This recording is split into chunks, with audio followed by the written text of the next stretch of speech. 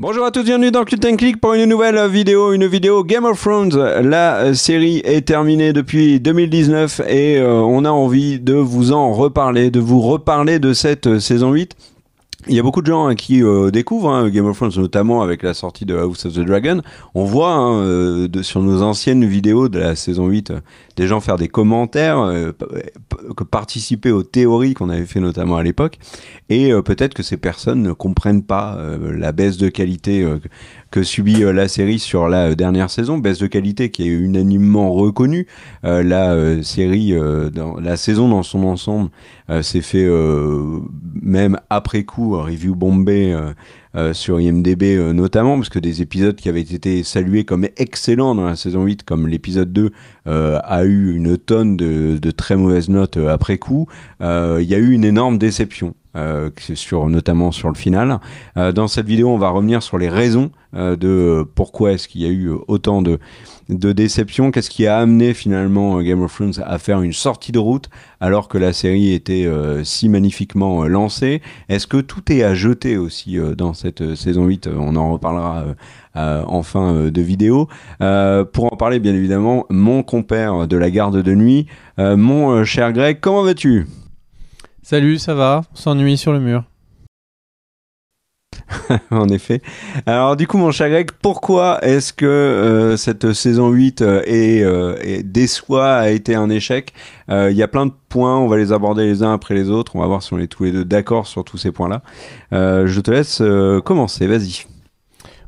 Pour moi, et après, donc là, on est sur du subjectif, évidemment, parce qu'il y a même des gens qui sont pas tant déçus que ça par cette saison 8. Donc nous, on va vous dire quelles sont pour nous les raisons qui ont poussé à ce que cette saison soit moins bonne ou plus rushée.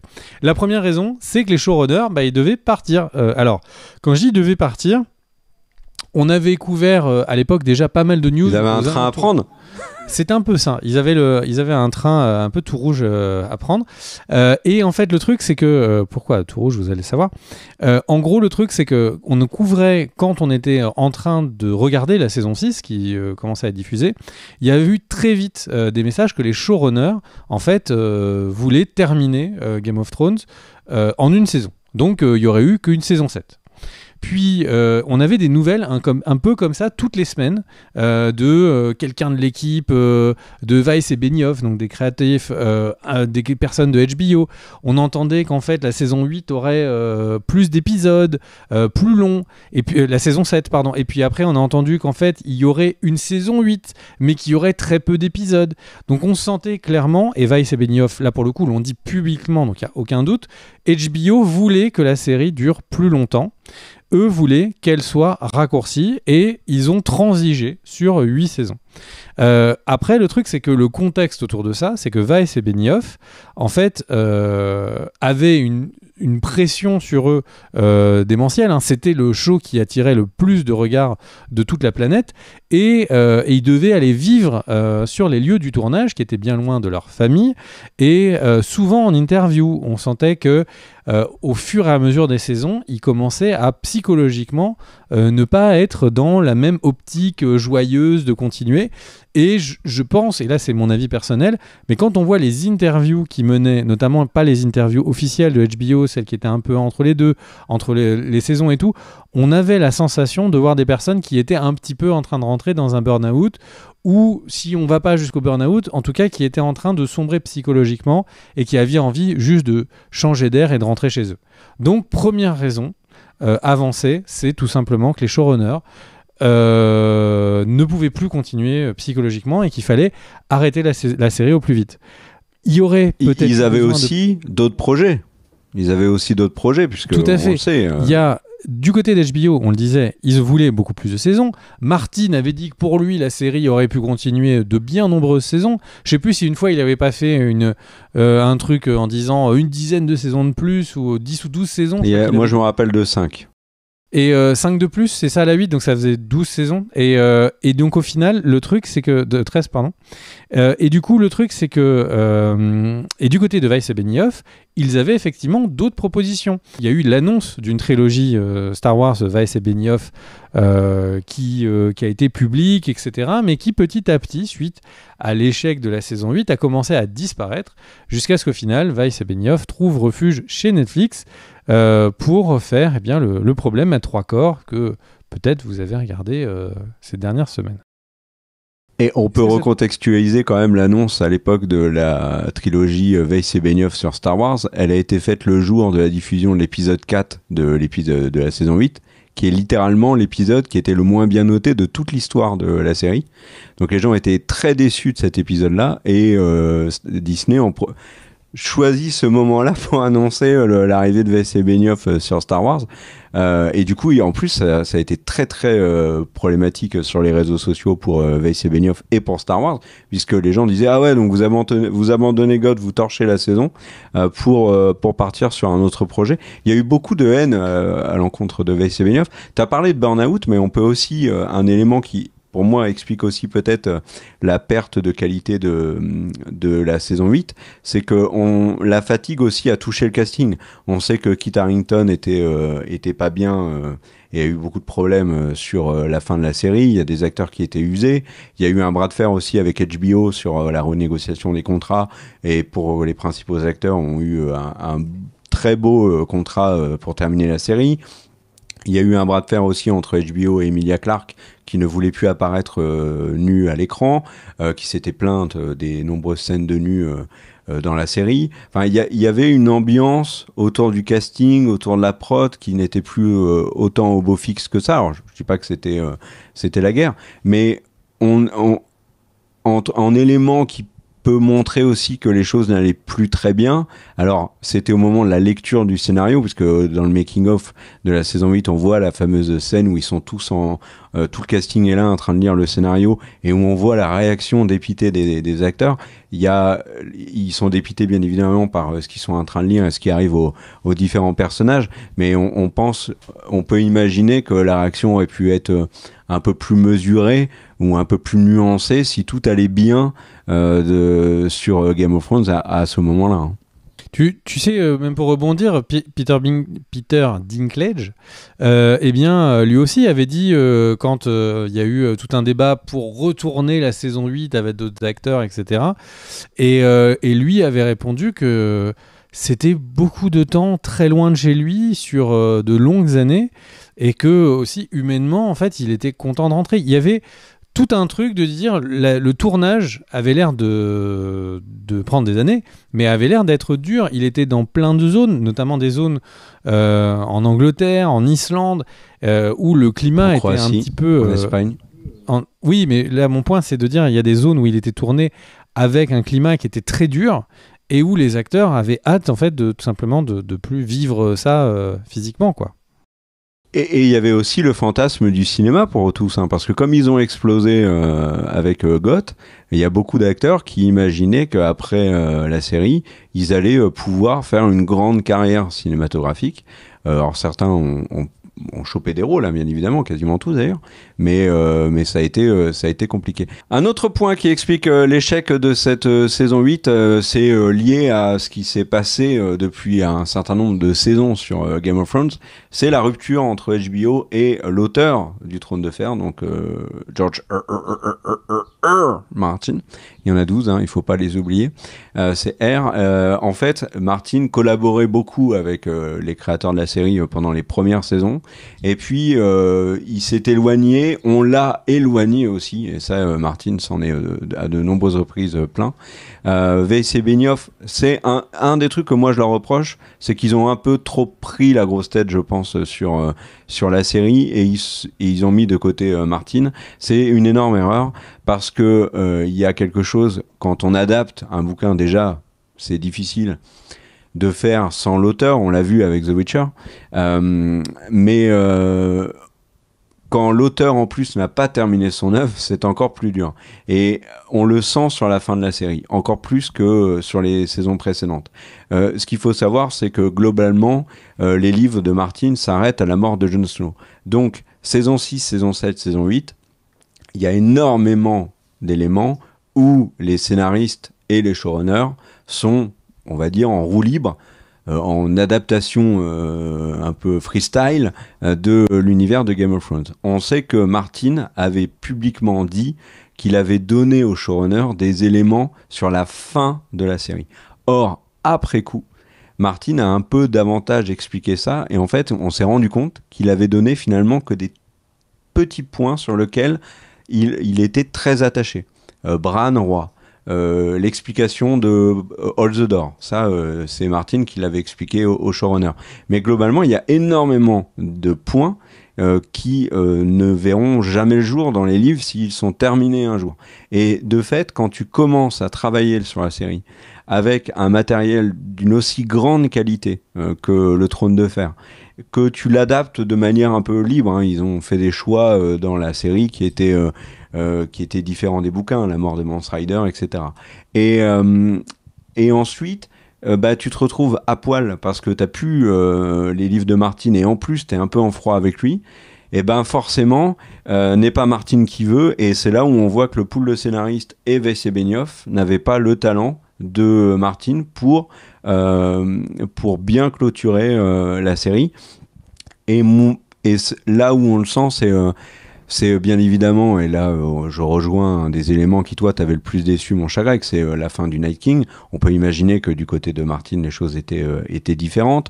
On peut imaginer dans l'écriture de la saison 8, il y a des scènes qui sont complètement improbables, qui sont pas du tout Game of Thrones compatibles. Le Jaime Brienne, ça n'a aucun sens.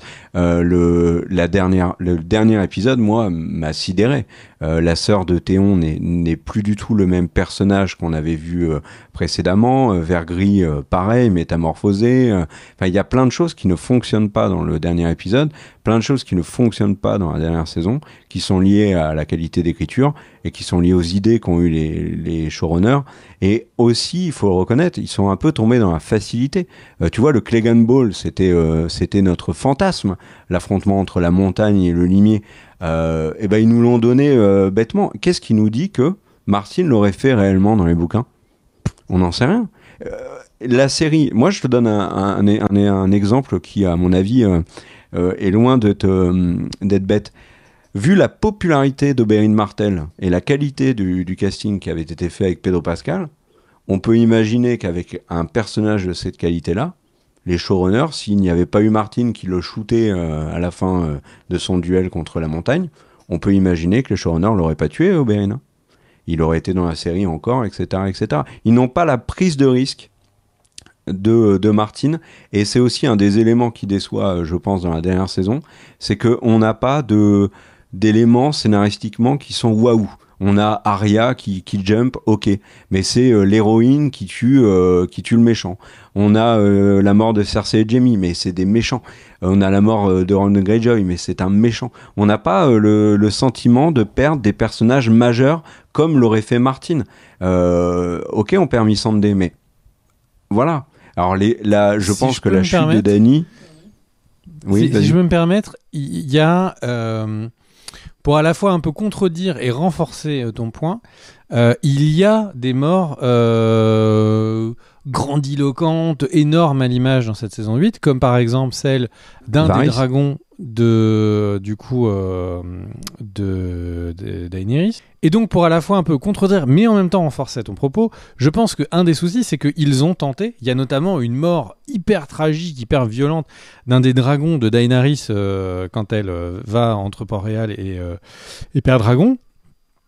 Mais le problème, c'est que ces morts, souvent, sont absurdes. C'est-à-dire que, et là on en vient en fait à lier le point de l'absence de Martin et de la roue libre au niveau du scénario.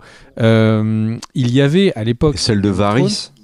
Oui, elle est incroyable, celle de Varys. Il y avait des documentaires qui partaient sur YouTube. 1 heure après la diffusion de Game of Thrones, il y avait Talk the Throne ou un truc comme ça, qui était un podcast, et il y avait en plus un petit reportage making of, on parle de la série, etc., qui était diffusé, qui répondait de, je sais plus combien de temps ça faisait, entre 20 minutes et une demi-heure, les showrunners s'exprimer sur l'épisode, ce qui s'y est passé, les acteurs en parlaient et tout. Et en fait, dans ces petits making of, parfois les showrunners, dans la même saison, se contredisaient. Par exemple, il pouvait dire, ou il disait des trucs qui étaient complètement absurdes. Il disait Daenerys, comment est-ce que le dragon de Daenerys meurt dans la saison 8 ? En fait, elle a juste oublié qu'il y avait le Kraken, enfin la flotte du Kraken, qui était dans cette zone. Ce qui est improbable. Il n'y a pas un chef militaire qui va oublier la plus grande flotte qui entoure ses forces comme ça, juste parce qu'elle a envie de prendre l'air. Donc il y avait des points qui étaient choquants et les réponses étaient encore plus absurdes que ça. Derrière, on avait Gros Martin qui était effectivement en train de rappeler que donc les questions qui lui étaient posées, par exemple, alors il a pas ouvertement canardé la série, mais par contre, ce qu'il pouvait dire, c'est on posait une question sur les gens posaient une question sur la fin de la série, les épisodes, qu'est-ce qu'il en pensait, et il répondait. En fait, il y a eu tellement de changements ou de personnages qui ont fusionné de ces livres que du coup, quand on on fusionne deux personnes ou qu'on en fait mourir un qui aurait dû vivre dans les bouquins, ça fait un effet papillon qui fait que le résultat final sera très différent dans la série que dans les livres.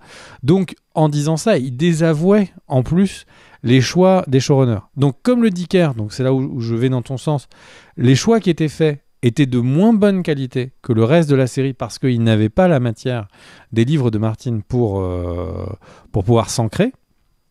Et puis à côté de ça, il y avait aussi cette problématique de ils ont pas la matière. Est-ce qu'ils sont capables de faire équivalent ou mieux ? Et la réponse, visiblement, ça a été non. Je voudrais aussi prendre un point pour étayer le pourquoi, une des raisons à mon avis du pourquoi il n'arrivait pas à faire aussi bien. La première, c'est que faut pas oublier que la série était très attendue et du coup, il n'avait pas un temps énorme pour écrire. Et donc au final, on peut imaginer ils avaient proportionnellement le même temps ou un tout petit peu plus de temps parfois pour écrire les saisons, mais ils n'avaient plus le matériel de base pour pouvoir travailler. Donc on est passé de l'adaptation à l'invention.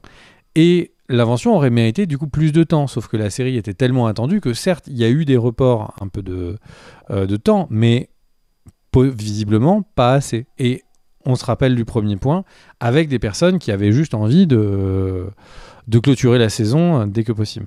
Et rajouterais j'ai envie de rajouter un truc, parce que tu parlais de la lassitude des showrunners et du fait qu'ils ont été mis en difficulté aussi avec leurs différentes discussions avec HBO. Il faut aussi contextualiser un truc, c'est que HBO voulait continuer, comme tu l'as dit, eux voulaient arrêter, mais c'est extrêmement compliqué de dessiner correctement une ultime saison quand dans les dernières discussions on parle encore en fait on va finir la série au cinéma parce que la sortie de film Game of Thrones était évoquée.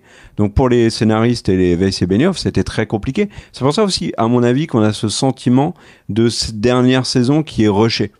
Parce qu'en fait, ils avaient annoncé une fin de saison 8, et puis voilà, je pense qu'en termes de prod, c'était compliqué, quoi. Et tu parles de production, et c'était justement aussi un des points sur lesquels je voulais venir, c'est que la série avait pris tellement de place, elle avait pris tellement d'importance, que du coup, tout devenait peut-être un peu pharaonique et trop compliqué à gérer. La scène du Clegane Ball, que Kerr vous citez, où les deux frères Clegane et donc le limier et la montagne se combattent, si vous en souvenez, ce sont des marches d'escalier. Ok, on n'a pas l'impression qu'on est sur le plus grand décor de l'univers. C'est des marches d'escalier. Ce qui est important, c'est l'histoire. Et cette scène, en fait, ils en étaient arrivés à se dire qu'il fallait qu'ils créent les escaliers plus grands que la taille du plus grand des hangars qu'avait jamais utilisé House of the Dragon. Et du coup, ils avaient obligé de louer un autre hangar encore plus grand pour pouvoir avoir des marches d'escalier qui allaient encore plus haut. Et du coup, ça a changé toute la logistique. L'équipe de décor est allée faire des trucs complètement monumentaux pour regarder la scène encore, qui est à mon avis disponible en extrait sur YouTube. Concrètement, ils auraient fait 2 étages, personne ne se serait plaint. Mais cette scène loupée, de décor... Hein ? Moi, je la trouve loupée en plus. je sais pas si je la trouve loupée, moi je la trouve plutôt pas mal, mais par contre, on n'a vraiment pas l'impression qu'on est sur un décor où ils sont allés créer un truc sur des étages et des étages. En plus, chaque étage, quand on voit le making-of, chaque étage a été hyper travaillé, on sent pas du tout qu'on est dans un hangar. Enfin, c'est le moment où la série est trop grosse, plus personne n'est là pour dire c'est inutile, attention, parce que les showrunners ont eux-mêmes autre chose à faire, et du coup, forcément, ça dessert. Le point d'ensuite, qui est un des points qui a le plus déçu, c'est qui va avec les deux premiers, évidemment, c'est des histoires, c'est des fins d'histoires qui ne vont nulle part ou qui sont résolues de manière surprenante. Les marcheurs blancs ont été teasés pendant cette saison. On s'attendait à découvrir leur culture, on nous explique qu'ils ont une langue, qu'ils ont un lieu de vie, on se souvient qu'il y avait des enfants qui leur étaient sacrifiés pour qu'il y en ait des nouveaux, des bribes d'histoire, notamment un film d'animation a été sorti où on voyait qu'il y avait, on pouvait supposer qu'il y avait une femme marcheur blanche qui se cachait. Et la finalité de tout ça, c'est qu'ils sont expédiés dans un combat et on ne saura jamais pourquoi. Mais pourquoi étaient-ils si méchants ? On peut avoir une palanquée de personnages qui n'ont pas de fin, tout simplement parce qu'encore une fois, les épisodes étaient trop courts et qu'il fallait aller droit au but, ou de fins qui sont surprenantes par leur compression. En fait, si Daenerys était peut-être prévue depuis le début comme étant la grande méchante, il y avait eu une fameuse discussion entre Grey Martin et Weiss et Benioff, et Weiss et Benioff avaient réussi à convaincre Martin de leur vendre les droits, en tout cas de vendre les droits à HBO pour qu'ils puissent travailler dessus, parce qu'ils avaient trouvé qui était le grand méchant, ou en l'occurrence la grande méchante de fin, dès le début. Et donc on suppose qu'ils avaient dit que c'était bien Daenerys, sauf qu'en fait le pétage de plomb de Daenerys arrive en vrai en quelques épisodes. En quelques épisodes, elle se retourne, elle pète les plombs, mais alors après tu pourrais dire que depuis qu'elle se fait rejeter par Jon Snow, nanana, mais le truc c'est que en vrai elle pète un plomb en très très peu de temps, et du coup c'est Meren aussi. On sait quand elle est en difficulté à Meren, quand elle est en difficulté à Meren, c'est là où je pense qu'elle commence à dériver. C'est-à-dire qu'elle comprend qu'elle a libéré les esclaves, qu'elle perd les cités, qu'elle est vraiment mise en difficulté, que rien ne se passe vraiment comme elle l'espère. Et je pense que c'est la lente chute de Daenerys. Que des dragons gagnent des combats contre des armées, mais que tenir une ville, c'est autre chose. Mais du coup, le truc, c'est que cette compression a été un des plus gros problèmes. C'est vrai que même l'actrice a... sur des salons, sur où elle était interviewée en quelques instants, elle-même avait l'air de se moquer de la saison 8. Donc ça donnait un climat qui effectivement donnait l'impression que il y a plus de temps, on veut faire autre chose, donc là t'es méchante et puis c'est pas grave. Puis, tu veux réagir par rapport à sur ça ? Emilia Clarke, elle joue beaucoup moins bien dans la saison 8 que dans les autres saisons. Et elle a été moquée, je pense que c'est lié à la qualité du rôle qu'on lui a donné. Mais au moment de la diffusion de la saison 8, par exemple, quand elle sourit un peu bêtement, ça a été l'objet d'un mème, etc. Donc, un autre point qui peut expliquer pourquoi on a un ressenti aussi négatif sur cette saison 8. Alors là, on va plus être dans le factuel, mais on va plus être dans le ressenti. Comme je viens de le dire, c'est qu'il y avait, tu l'as dit Greg, des attentes qui étaient folles autour de la série. Et je pense que lorsqu'on arrive sur la saison 8, on a littéralement jamais connu ça au niveau des séries télé. On a eu des séries phénomènes dans le passé. On a eu Friends avec la fin de la dernière saison, avec la dernière saison qui était extrêmement attendue. On a eu Lost, bien évidemment. Mais là, sur GOT, c'était un énorme phénomène de société qui touchait des personnes qui d'ordinaire ne regardaient pas des séries télé et qui en plus se couplaient avec les réseaux sociaux, ce qui était une nouveauté par rapport aux autres séries phénomènes que j'ai citées, parce qu'à l'époque de Lost ou encore plus à l'époque de Friends, il n'y avait pas cette communication sur les réseaux sociaux, et là cette attente était tellement folle que au final on ne pouvait être que déçu. Et il y a eu, je trouve, dans les réactions, des vraiment des choses qui étaient excessives. Alors oui, il y a des choses qui vont pas dans cette saison, et c'est là où moi j'ai envie de quand même relativiser certains points de cette saison 8. Cette saison 8 est considérée comme un énorme naufrage. Comme tu l'as dit, il y a des gens qui appellent à le fait de la retourner, cette saison 8, notamment en s'appuyant sur les écrits ou en tout cas des notes que donnerait Martin. Ok, pourquoi pas, hein, qu'il y ait une sorte de remake de la dernière saison. Moi, je dis pourquoi pas. Mais regardons objectivement la diffusion de la saison 8 et comment ça s'est passé à l'époque. Le premier épisode, quand on avait fait la review, on avait parlé d'un épisode qui était d'introduction de saison. Globalement, c'est un épisode qui nous avait un petit peu déçus. Mais l'épisode 2, on avait, toi comme moi, dit dans la review, et on était loin d'être les seuls, qu'on était, donc l'épisode de Night of the Seven Kingdoms, on était devant un des meilleurs épisodes de toute la série. Et c'est vrai que cet épisode était exceptionnel, avec Brienne qui devient chevalier, etc. Le retour de Théon avec Sansa. Il y avait plein de scènes qui étaient exceptionnelles dans cet épisode. Il y avait beaucoup d'émotions. L'épisode était très très bien écrit, très bien filmé. C'était du lourd. La bataille de Winterfell est, à mon sens, le premier épisode de la saison 8 qui commence à être clivant. C'est-à-dire que, comme toi, et à l'époque, hein, la review, je me rappelle, avait dû durer 2-3 heures, toi, tu avais été très déçu de l'issue des marcheurs blancs. Je suis d'accord, cette issue était décevante. Il y a beaucoup de points sur ce dernier épisode qui ont été critiqués à juste titre, comme le fait que ce soit très sombre, comme le fait qu'il y ait des énormités, les Dothraki qui chargent dans le noir, ils savent pas pourquoi, etc. Mais à côté de ça, il y a des choses dans ce troisième épisode qui font partie des éléments que moi, encore aujourd'hui, je préfère dans Game of Thrones. La scène finale avec le Night King, on a beau ne pas aimer le fait qu'il meure, cette scène, elle est complètement dingue. La musique de Djawadi, le thème The Night King, est exceptionnel. Le face-à-face avec Théon, je le trouve très bon. Le face-à-face avec Bran est remarquable. Il y a des choses vraiment dans cet épisode 3 qui sont loin d'être mauvais.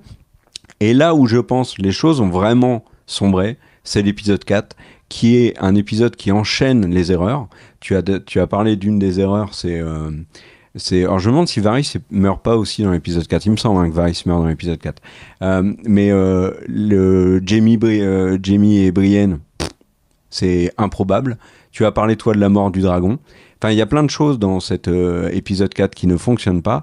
Et puis ensuite, on a l'épisode 5 qui, lui aussi, est un épisode à problème, parce que beaucoup de gens rejettent l'idée que Daenerys devienne méchante de manière aussi rapide. La mort des Lannister, la destruction de la ville. Moi, par exemple, tu vois, la scène du Clegane Mall, vraiment, je la trouve moche, cette scène. Je la trouve objectivement loupée. Mais le côté obscur qui se dévoile comme ça de Daenerys a été très critiqué par beaucoup. Et le dernier épisode est un naufrage. C'est un naufrage total. Là. Alors oui, il y a l'émotion dans les derniers plans, etc. Mais même, on va dire, tu vois, la destruction du trône par Drogon et puis la mort de Daenerys a des qualités, mais il y a d'autres scènes dans cet épisode qui vont pas du tout. Mais au final, si tu regardes un petit peu sur la globalité de la saison, l'épisode 2 est un bijou, l'épisode 3 a de grosses qualités. Enfin, tout n'est pas négatif dans la saison 8. Et pourtant, quand on en parle aujourd'hui, les gens sont quasiment unanimes. C'est la saison 8, quel naufrage, on a été tellement déçus que tu vois, toi tu as eu un rejet à l'époque. Tu disais non mais là Goth, c'est bon, je suis tellement déçu. Moi j'avais qu'une envie, c'était continuer d'en parler parce que j'avais adoré certains épisodes et certains moments. Et voilà, mais je pense qu'il y avait une telle attente que forcément déception et attente disproportionnée, déception disproportionnée. Ils n'ont pas été à la hauteur de nos attentes, très clairement. Mais nos attentes étaient tellement énormes qu'on en a fait des pataquès à n'en plus finir. T'en penses quoi de tout ça ? C'est tout à fait vrai. Il y avait des attentes énormes et la série s'était construite autour de certains mystères dont on pensait que la résolution aurait un impact énorme. Jon Snow est un Targaryen, n'a globalement pas d'impact en fait sur la fin de la série. Il est capable d'être sur un dragon. Ok, mais c'était un des mystères en filigrane les plus importants pendant toute la série. Les marcheurs blancs, un énorme mystère qui est résolu. Donc en fait, quand une série porte, il y a un impact pour Jon. De quoi ? En fait, si on se pose la question, elle se sent menacée par lui, impact. Et puis bon. Non, mais là, le seul vrai impact au final pour Jon d'être un Targaryen, c'est que en fait, il peut tuer Daenerys sans être tué par Drogon. Drogon ne peut pas le tuer. C'est finalement la seule chose qui a un impact. Mais du coup, en fait, quand une série tient autant sur des mystères, quand ces mystères n'ont pas de résolution, des résolutions décevantes, forcément que ça déçoit les gens. Et pour revenir sur la hype et la déception, en fait, ces mystères, du coup, n'ont pas de résolution, elles sont pas bons. Et à côté de ça, pour mettre du fuel en fait à la critique, la série fait plein d'erreurs techniques. Il y a un gobelet de Starbucks qui apparaît dans les plans de la série, chose qui paraît complètement fou pour une série de ce budget. Donc, ok, on oublie des éléments de la vie réelle. On a des épisodes qui sont trop sombres. Très concrètement, l'épisode de la bataille de Winterfell est trop sombre sur plein d'écrans. Le but est quand même que les spectateurs puissent voir les épisodes. Chez beaucoup de spectateurs, ils ne voyaient pas ce qui se passait à l'image. Encore une fois, comment ne pas mettre des spectateurs en rogne ? La bataille de Winterfell, qui était attendue comme étant la plus épique et la plus grande des batailles de Game of Thrones, elle arrivait après la bataille des bâtards, qui avait été énorme, une des meilleures scènes de bataille vues au cinéma et en série tout court, quoi. Et là, on a une série où les mouvements des troupes sont totalement absurdes. Elles font encore aujourd'hui, les vidéos d'analyse par des spécialistes stratèges de cette bataille sont encore des vidéos qui sont extrêmement regardées et qui sont souvent des moments où les stratèges explosent de rire pendant la critique. Donc en fait, forcément, beaucoup de hype et beaucoup d'erreurs.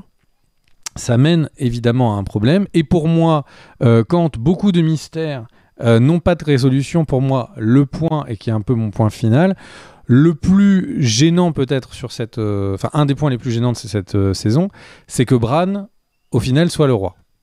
Pourquoi est-ce que je trouve que c'est un souci ?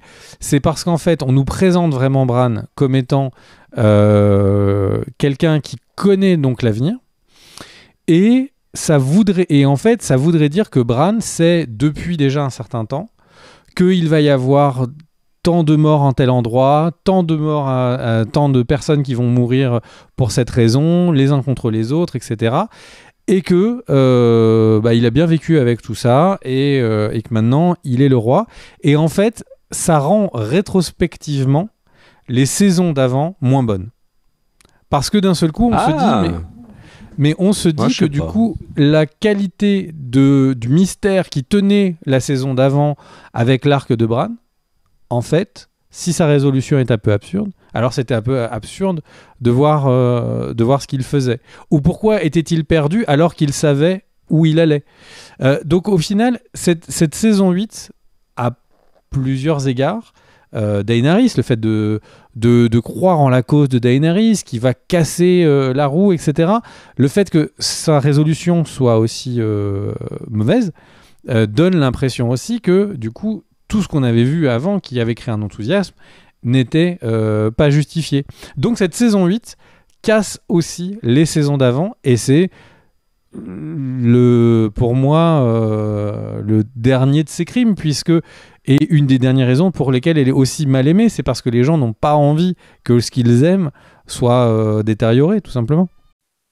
Mais moi, je trouve que c'est une force pour une œuvre parfois de transformer un personnage en personnage négatif. Tu vois, le fait que Daenerys sombre dans le côté obscur me dérange pas du tout. C'est plus la manière dont c'est fait. Et encore, c'est pas pour moi Daenerys, c'est pas un problème c'est plus un problème dans le dernier épisode. Bran, on avait fait une vidéo juste après la fin de la série qui s'appelait Bran savait-il tout, je crois, où on parle justement de ce sujet.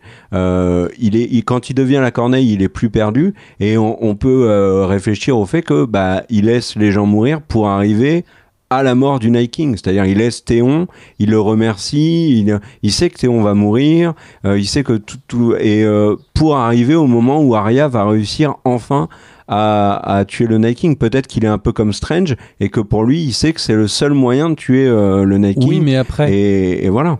Oui, mais après. De quoi ? Prévient personne que Daenerys va péter la ville. Ben, c'est peut-être parce qu'il sait que c'est le seul moyen de se débarrasser des Lannister, de se débarrasser des Daenerys, de réinstaurer la paix dans le royaume. Puisque, mine de rien, une fois qu'il est roi, il y a la paix.